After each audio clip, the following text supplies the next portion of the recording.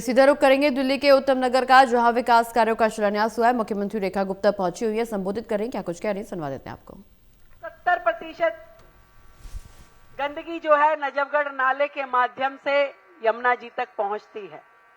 बहुत बड़ा ये ड्रेन है।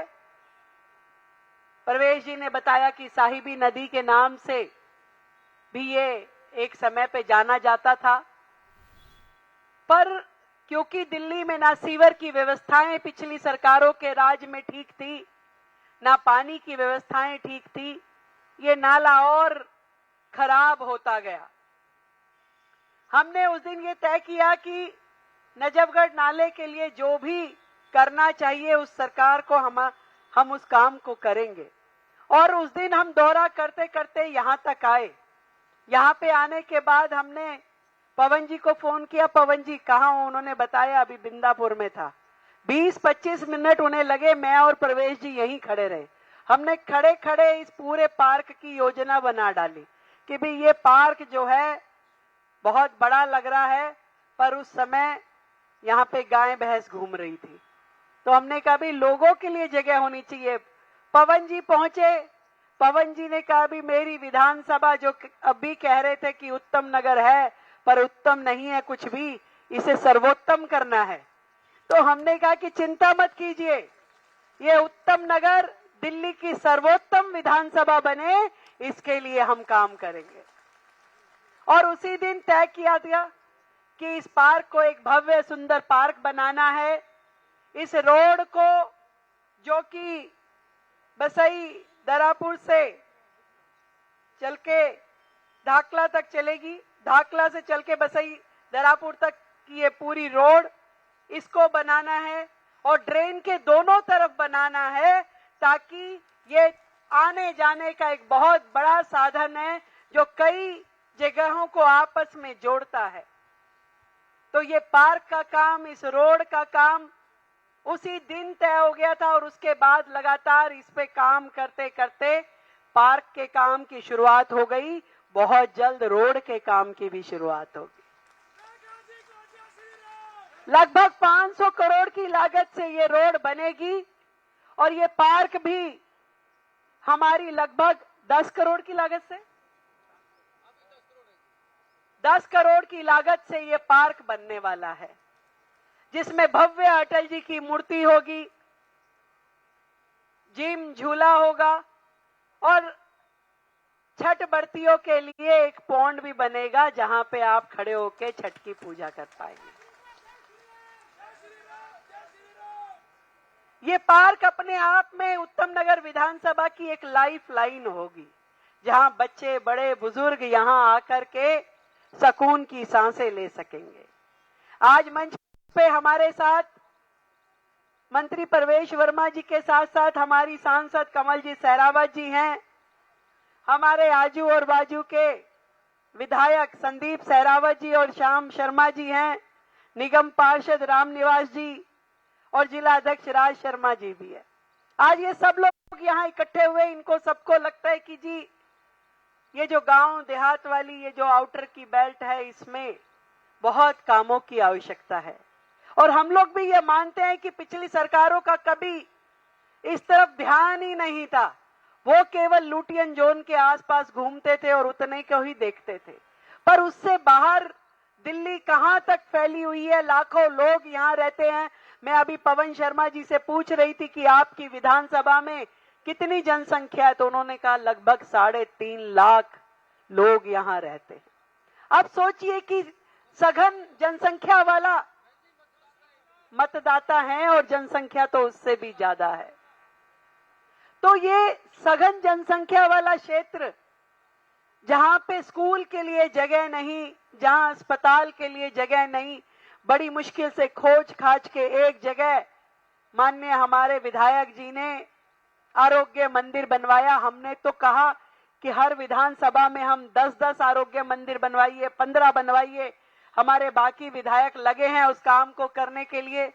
पर उत्तम नगर में जगह की कमी, क्योंकि एक समय आते आते सारी जगहों पे कब्जा हो गया, जगह छोड़ी ही नहीं गई। और जो जनप्रतिनिधि थे उस समय के, उन्होंने कभी इस और ध्यान नहीं दिया कि जनता के हक की जो जमीन है वो बिल्डरों ने खा ली। कभी किसी ने नहीं देखा। परवेश जी ने बताया कि उनके रहते हुए उन्होंने कैसे जमीनें खाली करवाई। कब्जा हो गया लोगों की जमीनों पे, खुद पिछले लोगों की मिलीभगत उसमें थी, पर अब ऐसा नहीं होगा।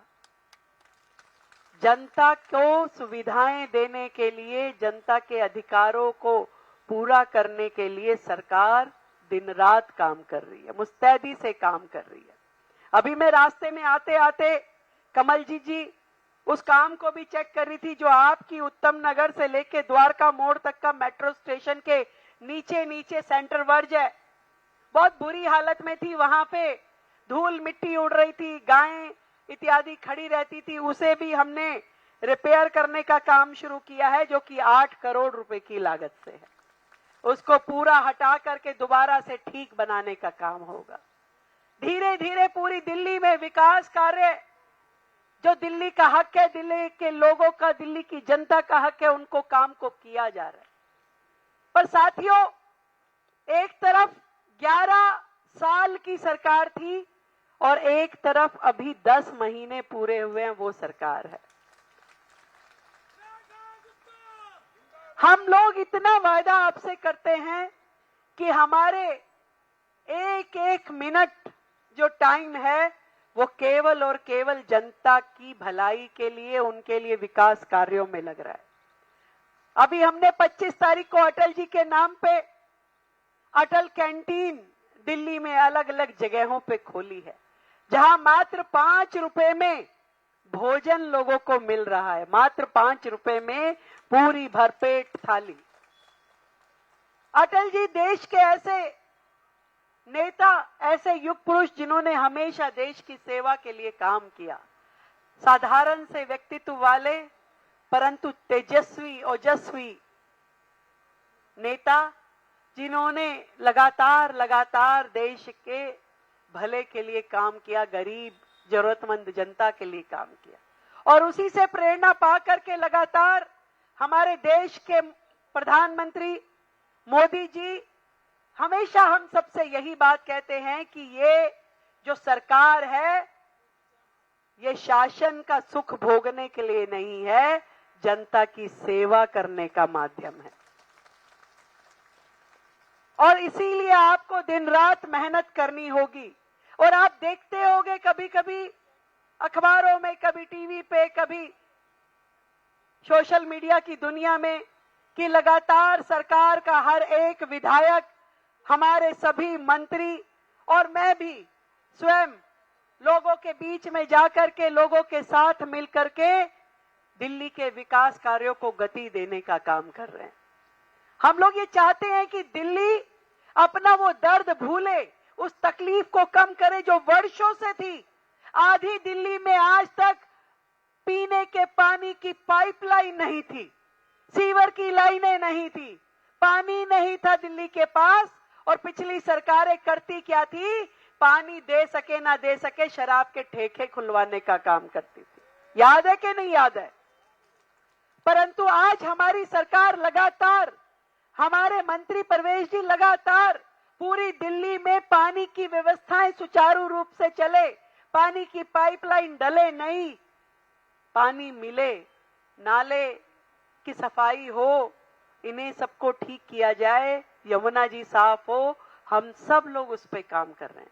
आपको मैं बताना चाहती हूं कि पिछले 10 महीने में ये जितने नजफगढ़ जैसे नाले हैं, उनमें से हमने लगभग 20,000 से ज्यादा, 20,000 मीट्रिक टन से ज्यादा सिल्ट निकाली है। कभी आज तक नहीं निकली इनमें से सिल्ट, और अब लगातार वो सिल्ट निकालने का काम सारे नालों से चल रहा है। बड़ी बड़ी मशीनें लगा करके उनमें से सिल्ट निकाली जा रही है, ताकि यमुना जी तक ये गंदगी ना पहुंचे और उससे पहले ही हम सब नालों को सफाई का काम करें। हर नाले पे एसटीपी की व्यवस्था, जिसमें सीवेज ट्रीटमेंट प्लांट की, वो वहां से साफ पानी करे और उसके बाद आगे बढ़े, ये काम चल रहा है। मैं अपने अधिकारियों को भी कहूंगी कि इस कॉलोनी से जोड़ करके इस पार्क में ही एक एसटीपी की भी व्यवस्था करे, डिसेंट्रलाइज एसटीपी की करे चाहे, ताकि वो जो पानी कॉलोनी का है उसको ट्रीट करके यहाँ पानी पार्क में इस्तेमाल हो और यहाँ पे अलग से पानी की व्यवस्था ना करनी पड़े। और इस पूरी जगह को, क्योंकि बड़ी जगह है, इसकी मैनेजमेंट इस प्रकार से करें कि यहाँ पे हम और क्या सुविधा खड़ी कर सकते हैं ताकि यहाँ के लोगों के जीवन में थोड़ा सुधार आए। पर आपके विधायक को मैं बधाई देती हूं भाई, लगातार मेहनत करते हैं, लगातार लगे रहते हैं, हर एक व्यक्ति से मिलते हैं। कोई ये नहीं कह सकता कि ये विधायक जी हमें दिखते नहीं है, दिखते हैं ना, काम करते हैं कि नहीं करते, बता दो भी, पब्लिक में सारे खड़े हैं, करते हैं ना। एक बार जोरदार ताली विधायक जी के लिए बजाओ भाई। पर मैं आज आप सब लोगों के सामने भाई, आपकी विधायक जी बैठे हैं, सांसद जी बैठी हैं और मंत्री जी भी इस एरिया में इनका मन बसता है। सांसद भी रहे ना पहले यहां से, तो गांव देहात से इनका मन जुड़ा रहता है हमेशा।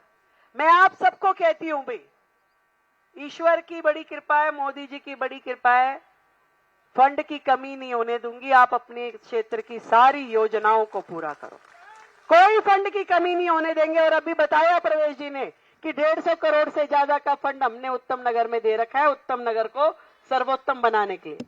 सांसद जी और जो चाहिए वो लो, परंतु इन सारे कामों को पूरा करने की दिशा में आप लोग प्रत्येक योजना को लगाओ। ना पानी की कमी होनी चाहिए, ना सीवर बहना चाहिए, नाली नाले ठीक हो, सड़कें गलियां बन जाए, इसकी चिंता करिए। और जो फंड आपको चाहिए उसको आपकी बहन रेखा गुप्ता इस विधानसभा के लिए जरूर दे। बहुत बहुत बधाई आप सबको इस सुंदर दिन पे अटल बिहारी वाजपेयी जी को याद करते हुए इस पार्क का काम का शुभारंभ। और आप सबको ये बहुत जल्द, मैंने अभी पूछा अधिकारियों से भी कब तक दे दोगे, तो उन्होंने 4 महीने बोला है। मैंने कहा 4 नहीं 6 महीने ले लो, पर 6 महीने बाद दोबारा मैं यहाँ आऊं तो ऐसा सुंदर पार्क जो लोगों की सोच में भी नहीं हो, उससे भी ज्यादा खूबसूरत पार्क यहाँ पे देना है। और भाई पेड़ भी ना, जरा ये सफेदे के पेड़ों की जगह अब हमें नीम, आम और इस तरह के पेड़ लगाने हैं जो ऑक्सीजन भी दें और देसी हो। ये तो अंग्रेजी लगाते थे, सफेदे के पेड़ तब के लगे हुए हैं क्योंकि वो चाहते थे कि इस भारत देश की धरती से सारा पानी हम चूस रहे, इसलिए सफेदा होता था। हम लोग अपने भारतीय पेड़ जो ऑक्सीजन भी देते हैं, जो फल भी देते हैं और जो छांव भी देते हैं, ऐसे पेड़ अपने इन पार्कों में लगाएंगे। बहुत बहुत धन्यवाद।